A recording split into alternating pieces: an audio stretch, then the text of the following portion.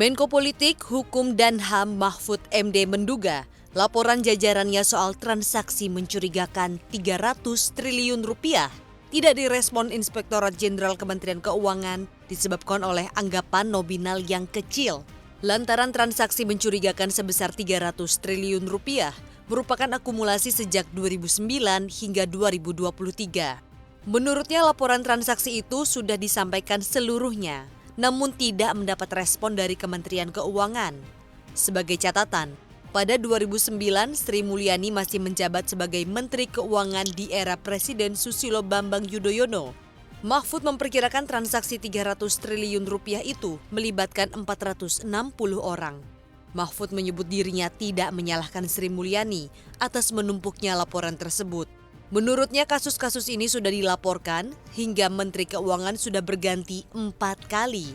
Mahfud menambahkan dirinya menduga laporan yang mandek tersebut karena para direktur jenderal di Kementerian Keuangan tidak melaporkan kepada atasannya soal transaksi mencurigakan tersebut.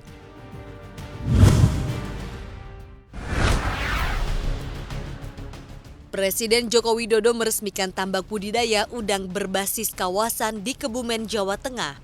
Ini adalah tambak udang modern pertama sekaligus terbesar di Indonesia. Sebelum tambak raksasa dibangun, lokasi ini merupakan lahan kosong dan tambak tradisional existing dengan produktivitas sangat rendah, hanya 0,6 ton per hektar per tahun. Jokowi berharap dari kawasan tambak raksasa tersebut bisa menghasilkan udang berkualitas di atas 40 ton per hektar. Setidaknya 175 miliar rupiah telah digelontorkan untuk merealisasikan tambak udang tersebut.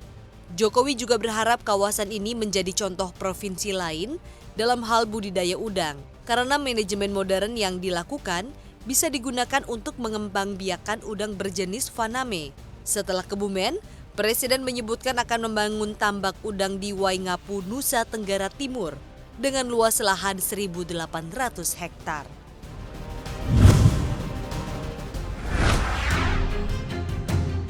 Kabar gembira datang dari aktivitas perekonomian di tanah air.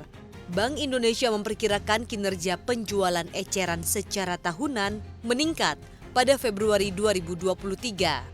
Indeks penjualan real atau IPR Februari 2023 menembus angka 205,2 atau tumbuh 2,6% secara tahunan. Angka ini lebih baik dibandingkan dengan bulan sebelumnya yang berada di fase kontraksi.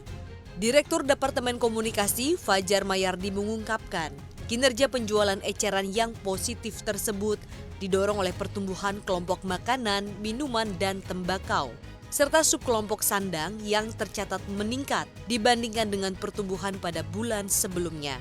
Meski demikian, Bank Sentral juga mengantisipasi data, di mana responden memperkirakan tekanan inflasi pada April 2023 akan meningkat, sementara Juli 2023 akan menurun.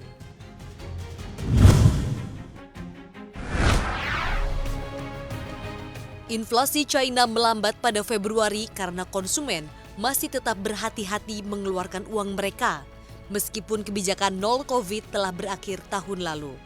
Data resmi Biro Statistik Nasional China mencatatkan, inflasi tahunan Februari 2023 ambles menjadi 1%, sekaligus menjadi laju paling lambat sejak Februari 2022. Inflasi itu turun dari bulan sebelumnya 2,1% secara tahunan. Adapun pemerintah negeri tirai bambu telah menetapkan target inflasi pada 2023 sebesar 3%. Inflasi inti tidak termasuk harga makanan dan energi yang tercatat 0,6% year on year turun dibandingkan dengan 1% pada Januari. Angka ini mencerminkan permintaan domestik yang kian lemah. Sementara itu, Parlemen China telah menetapkan target pertumbuhan ekonomi secara konservatif sekitar 5%.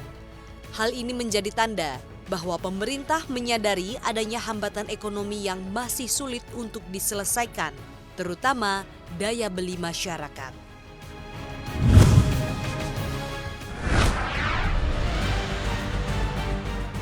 Kekayaan Bernard Arnault dan keluarganya berkurang 1,5 miliar dolar Amerika Serikat atau setara 13,15 triliun rupiah dalam satu hari.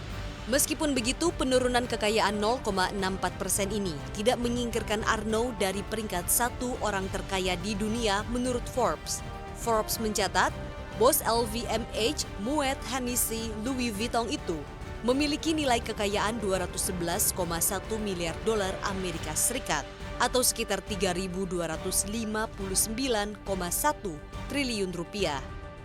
Pria berusia 74 tahun inilah yang merebut gelar orang terkaya di dunia dari Elon Musk. Data menyebutkan kekayaan bos Tesla dan Twitter itu sebesar 181,1 miliar dolar Amerika Serikat. Sementara nomor 3 ditempati oleh founder Amazon, Jeff Bezos, dengan kekayaan sekitar 117,1 miliar dolar Amerika Serikat.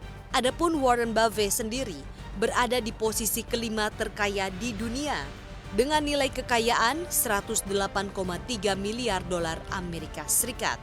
Di posisi keenam ada Bill Gates diikuti oleh konglomerat Meksiko Carlos Slim Helú dan di posisi ke-10 ditempati oleh co-founder Google Larry Page dengan kekayaan 82 miliar dolar Amerika Serikat.